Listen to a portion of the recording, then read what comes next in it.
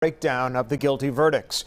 The federal jury found Travis McMichael guilty of interference with rights, which is a hate crime, attempted kidnapping, and using a firearm during a violent crime. The jury found his 66-year-old father, Gregory McMichael, guilty of the same charges. William Ronnie Bryan, who recorded the brutal murder on his cell phone, was found guilty of interference with rights and attempted kidnapping. The family of Ahmaud Arbery says this verdict is what they've been praying for since those hate crime charges were first announced. Let's get out to Fox 5's Eric Perry, who joins us now live in Glynn County. He was inside the courtroom as that verdict was read. And Eric, what were the emotions like inside that courtroom today? Yeah, Courtney, Tom, you could really just feel those emotions just radiating from the family, specifically the mother and the father of Ahmaud Arbery, crying tears, presumably a mixture maybe of joy and maybe some relief. On the other hand, the defendant's emotional as well for a different reason. They were first convicted back in November in a state trial and now convicted in a federal trial. Super Tuesday! The family of Ahmaud Arbery say it's Super Tuesday after a long 2-year fight for justice in his murder. They emerged from a federal courthouse victorious Tuesday morning after the 3 men found guilty on federal hate crimes. Ahmaud will continue to rest in peace, but he will now begin to rest in power.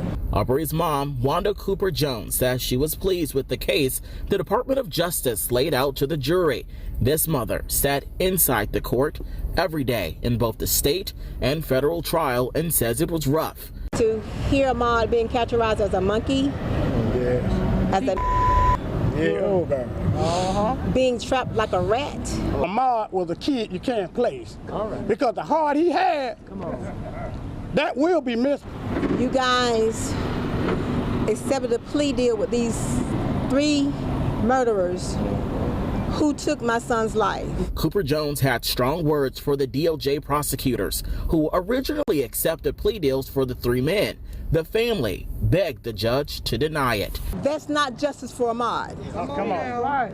What we got today, we wouldn't have gotten today if it wasn't for the fight that the family put up. No other family could have stood up to this the way that Arbery family. And while a community surrounded the courthouse to hear from the family, in the distance sat Annie Polite, a Glynn County resident in her 80s who attended every day of the trial, both state and now federal. You see and hear about these atrocities all the time, and usually there is no justice. But this time, it's according to God's plan. Yeah, and Miss Annie Polite, she's actually 86 years young there. As for the family, they will mark that somber day tomorrow, 2 years from February 23rd, 2020, when Ahmaud Arbery was shot and killed there. Coming up tonight at 6 o'clock, the family, this fight is not over for them. They are now turning their attention to Jackie Johnson and anyone who they say covered up this crime. I'll explain more when you join us. That's the latest in Brunswick. I'm Eric Perry, Fox 5 News.